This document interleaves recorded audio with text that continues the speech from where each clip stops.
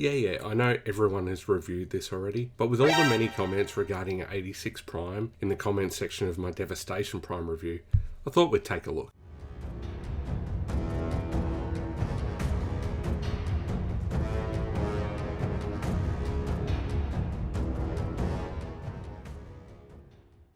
This review is brought to you by That's Just Prime, a Beast Wars podcast, a new episodic review podcast from myself and Arrowfire, whom you should subscribe to if you're not already. We're discussing each and every episode of the Transformers Beast Wars series, along with sporadic episodes on toys, films, etc., with some guests thrown in. Anyway, on to the review. With the 40th anniversary of Transformers and a year full of Optimus Prime figures, this is where we end up. Some of these primes were from legit, some of them came out after 86 Prime. Either way, this is a lot of Optimus Primes. Now I'm just saying stuff in his voice to make the terms and conditions seem like they're longer than they actually are.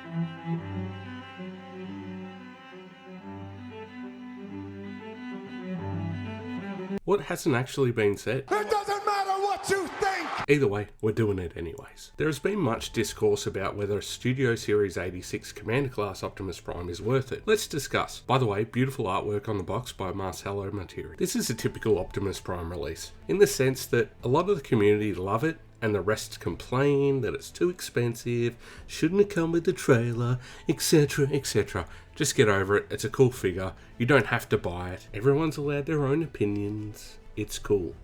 Just be nice.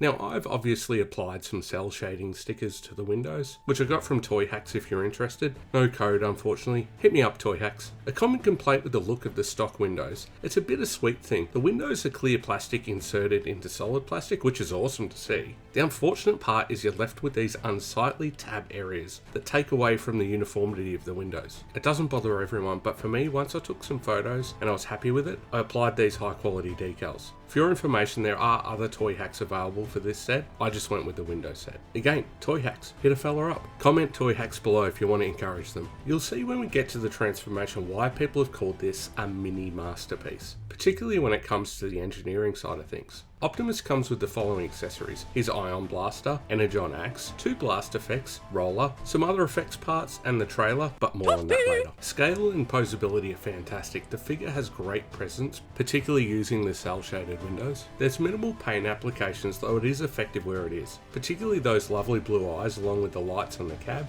signature silver stripe, grille, and yellow on his undies. You can see the legs are incredibly clean and kibble free, which is a credit to the design team and their incredible engineering. This figure was designed by Hasbro designer Evan Brooks and Takara's Tatsumi-san. Thank you, gentlemen. Personally, I think the proportions are great. The main issue is people complain that it should look a certain way, or it's wrong, etc. The thing is, the designers have to pick a reference for the figure when designing, and even though it's possibly a tad stylized, the fact is the design of Optimus changes so much throughout the G1 cartoon and the film. Who'd have guessed inconsistent animation in G1? Another very common complaint of this and other Optimus Primes in general is the faux grille. Look, I get it, you prefer no fake parts. Chill. I don't particularly see an issue with it, and considering this Prime has the silver stripe in robot mode and a clean red truck in alt mode, it's an acceptable compromise. Now, some actual annoyances. The loose smokestacks. I assume they're like this for clearance, but if you turn the arm the correct way, it doesn't clash, and even if it was unavoidable to have them rotate like this, at least make them a little tighter. And the little friction tabs, they barely do anything. My eyes, the goggles do nothing! Optimus has a fair old backpack. It's not incredibly egregious, but it is there, that's for sure. Again, not a big issue for me, but I get why some people have complaints, I guess. Prime does have a hole in his butt, as most do, that you can use for a stand that uses a 3mm peg. As we come to expect, Prime has opening boob windows, exposing his matrix chamber and matrix within. It just pegs inside and can be held by Prime, albeit with his index fingers only, due to the matrix being a tad small. To get him in this pose, you can make use of the fantastic butterfly joints and bring his shoulders forward. But it is still very tricky to get those fingers in the matrix, but he will do it with some perseverance. Speaking of articulation, it's mostly fantastic, with a couple of unfortunate omissions. Specifically, he only has single jointed elbows and no ab crunch either, which would have been nice on a figure of this price point. Let's go through the rest. Head is on a ball joint, allowing full rotation, unfortunately only minimal waggle. Universal soldiers. Universal Soldier.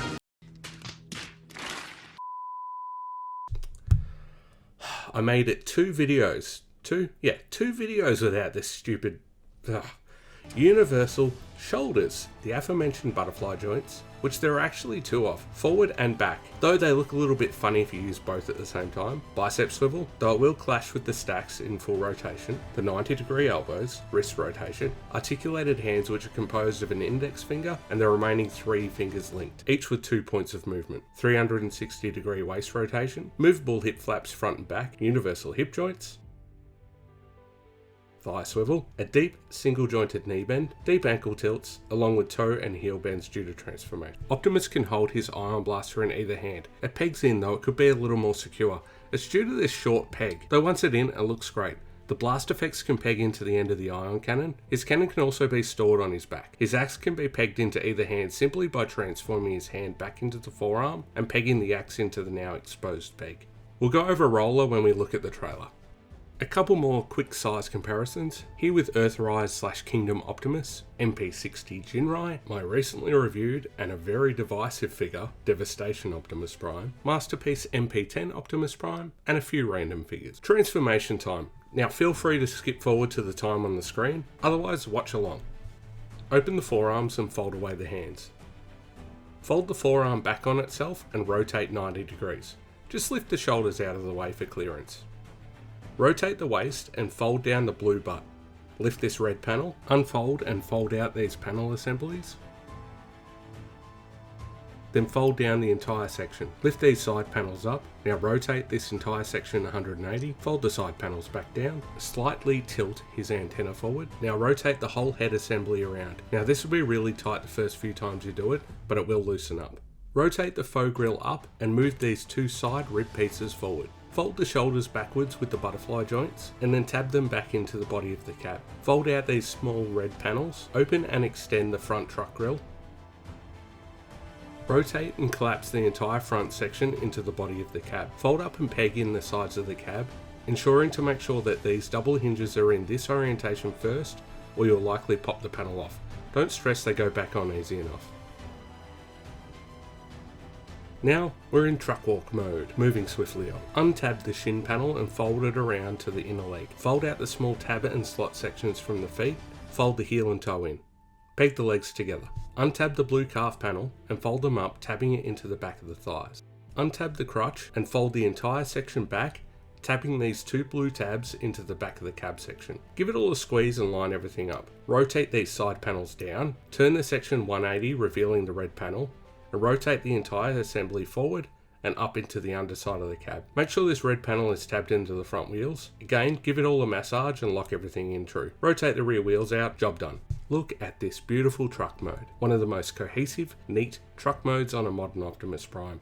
As mentioned earlier, the truck is now missing the silver stripe, achieved with some clever engineering. What a clean truck bed, better than MP44, that's for sure. Common issue with the 86 Prime, particularly with the early releases, is the heel pieces are installed on the wrong feet, resulting in them being upside down as they are a mirrored piece. The blue border should be on the outside. It doesn't bother everyone, though if it does, they can be swapped with the use of the appropriate tools and care. Bringing in the trailer, it looks great and is nicely scaled to the cab. To open the trailer up, swing out the blue arms and rotate the feet down. Fold out the stand if the trailer isn't pegged into Prime or Roller. Fold down the tailgate and split the 2 halves of the trailer. The trailer has the standard functionality of a typical G1 Prime trailer, with a few welcome extras, including storage for all the accessories which can be pegged into the sides of the trailer. Roller pegs into the front of the command module. Speaking of Roller, he can tow the trailer and can seat up to 4 Titan Masters, the modern mainline headmasters.